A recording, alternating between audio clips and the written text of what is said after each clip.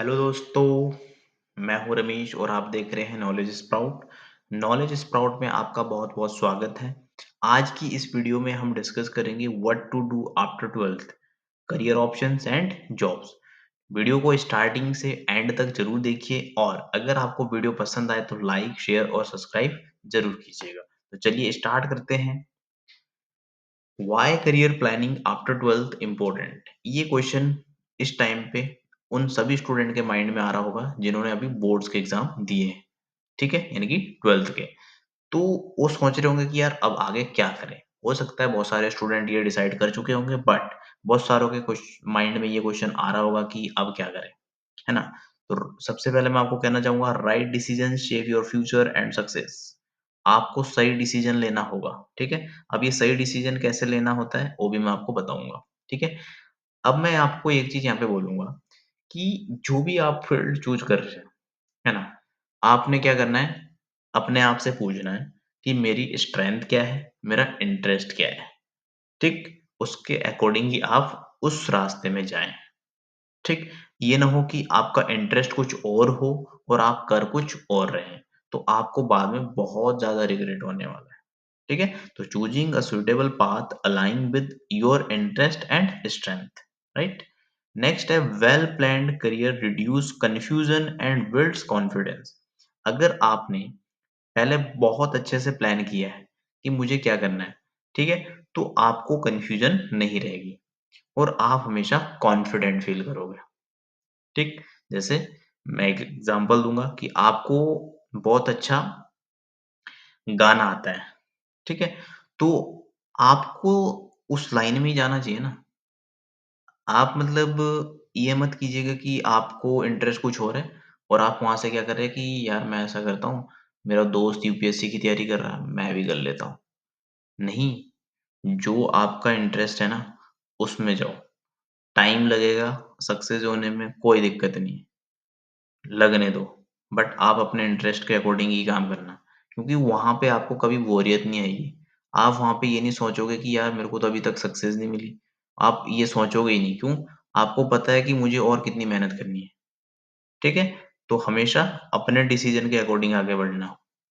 Next, career options after 12th science, ठीक है? तो जो भी स्टूडेंट यहाँ पे पीसीबी वाले, वो किस फील्ड में जा सकते हैं? मेडिकल।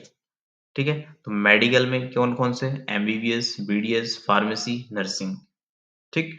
पीसीएम वाले इंजीनियरिंग फील्ड में, इंजीनियरिंग में यानी कि बीटेक, बी या फिर आर्किटेक्चर। नेक्स्ट है आपका research and pure science, BSc biotechnology, data science. अब यहाँ पे मैं एक चीज़ बताना चाहूँगा कि जो स्टूडेंट इंजीनियरिंग फील्ड में जा रहे हैं, ठीक है? तो बीटेक में आपकी अलग-अलग स्ट्रीम्स रहती हैं। तो आपने पहले खुद से पूछना कि भाई मेरे को सिविल करनी है तो क्यों करनी है? मैकेनिकल करनी है तो क्यों करनी है? अगर मुझे कंप्यूटर साइंस इंजीनियरिंग से बीटेक करना है तो क्यों करना है?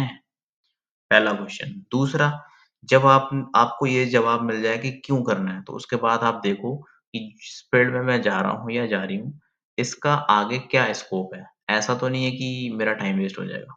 हो सकता है ना? तो आपने पहले अच्छे से डिसाइड करना है कि मतलब मुझे ये करना क्यों है? दूसरा, इसके अंदर रिसर्च करो कि जो फ़ील्ड हमने चूज़ किया है, उस फ़ील्ड में आगे क्या स्कोप है? सिविल किया तो देखो कि यार सिविल के आगे क्या-क्या स्कोप्स हैं? गवर्नमेंट सेक्टर में क्या-क्या स्कोप है? प्राइवेट में क्या-क्या है? और आपकी सैलरी क्या होने वाली है आफ्टर 4 इयर्स? ऐसा तो नहीं है कि आपने 4 साल बीटेक कर लिया और पता चले बाद में सैलरी बहुत कम हो, है ना? तो आपकी फीस भी वापस लाने के लिए आपको 4-5 साल लग गए कमाने में। तो आपने ये पहले सोचना है, बाद में सोच के कुछ नहीं होता। बाद में पछताएँगे तो क्या हुआ? कुछ नहीं, है ना? तो पहले सोच लेना भाई। नेक्स्ट है research and pure science, BSc biotechnology, data science, ठीक है? तो ये सब भी आप कर सकते हो। इनमें से जैसे मैं बीएससी की बात करूँगा तो बीएससी में आपके पास बीएससी ऑनर्स भी रहता है और सिंपली आप बीएससी जैसे करते हैं जिसमें आपको तीनों सब्जेक्ट पढ़ने होते हैं। बायोटेक्नोलॉजी, डेटा साइंस, ये भी आप चूज़ कर सकते हो अपने इंटरेस्ट के अकॉर्डिंग। अदर ऑप्शन है आपके पास pilot training, environmental science and defence services, ठीक? नेक्स्ट है career options after 12th commerce. अगर आपने 12th कॉमर्स से किया है तो आपके पास क्या-क्या ऑप्शंस रहने वाले हैं। सबसे पहले फाइनेंस एंड अकाउंट्स, इसमें आप सीए कर सकते हो, सीएमए और सीएफए, ठीक?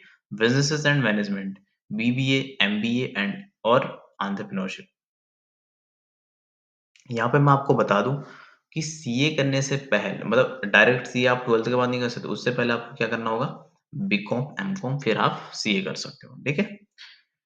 नेक्स्ट है इकोनॉमिक्स एंड स्टैटिक्स, इसमें आप बीइको और इक्वेटोरियल साइंस कर सकते हो, ठीक है? अदर है आपके पास digital marketing, e-commerce, hotel management, ठीक? नेक्स्ट है आपके पास करियर ऑप्शंस आफ्टर 12th। अगर आपने आर्ट से किया है, क्रिएटिव फील्ड्स जिसमें journalism, fashion, designing, film making, ठीक है? सोशल साइंस, इसमें आप क्या psychology, sociology, political science. Next है आपके ऑप्शन गवर्नमेंट सर्विसेज में UPSC, SSC, state BCS. Education में BEd, BA, literature, language courses, ठीक है? फिर आपके पास है professional and skill based courses. अब देखो आज की डेट में क्या है ना कि अगर आपने डिग्री तो ले ली बट आपके पास कोई स्किल नहीं है, तो आप बहुत ज़्यादा पछताने वाले हो क्योंकि विदाउट स्किल आपको ईज़िली जॉब नहीं मिलने वाला है ना? तो मैं आपको ये सजेस्ट करूँगा कि अगर आप सोच रहे हो कि हम सिर्फ डिग्री लेके आ जाएँगे उसके बाद तो बहुत ईज़ी है, नहीं, ऐसा होने वाला नहीं है। तो आपको ये ध्यान रखना है कि जो भी आप कर रहे हो उसमें आपकी स्किल बहुत अच्छी होनी चाहिए, ठीक है? ताकि आपको आगे किसी भी कंपनी में जॉब मिल जाए। Professional and skill based courses, तो आपके इसमें कौन-कौन से कोर्सेज आते हैं? कंप्यूटर एंड आईटी, ठीक है? BCA, animation, web development. Design and creativity में कौन-कौन से? इंटीरियर डिजाइन, ग्राफिक डिजाइन, ठीक है? वोकेशनल ट्रेनिंग में आपका क्या-क्या है? डिप्लोमा कोर्सेज इन एविएशन और क्यूलिनरी आर्ट्स। सर्टिफिकेशन में आपका डिजिटल मार्केटिंग, एथिकल हैकिंग और क्लाउड कंप्यूटिंग। नेक्स्ट आपके पास option government job opportunity after 12th, यानी कि डिफेंस में आप जा सकते हो। डिफेंस में कौन-कौन? NDA, Indian navy, air force, banking, IBPS, clerk, ठीक है? और एसबीआई क्लर्क। रेलवेज में आरआरबी ग्रुप डी और NTPC. Civil services, UPSC, SSC, और सीएचएसएल, ठीक? High paying private sector jobs कौन-कौन सी हाई पेइंग है? सबसे पहले आपका IT and software, software developer, data analyst, finance में इन्वेस्टमेंट बैंकर, फाइनेंशियल कंसल्टेंट, ठीक है? मार्केटिंग में digital marketer, brand manager, creative में content creator, video editor, UI और यूएक्स डिजाइनर। ये आपके high paying private sector jobs है, ध्यान रखना। नेक्स्ट है आपका how to choose the right career. अब इतने सारे मैंने आपके सामने ऑप्शंस रखे हैं। अब इनमें से क्या चूज़ करना तो फिर identify your interest and strength. आपको सबसे पहले खुद की स्ट्रेंथ और इंटरेस्ट को आइडेंटिफाई करना है। उसके बाद research job prospects and future demand.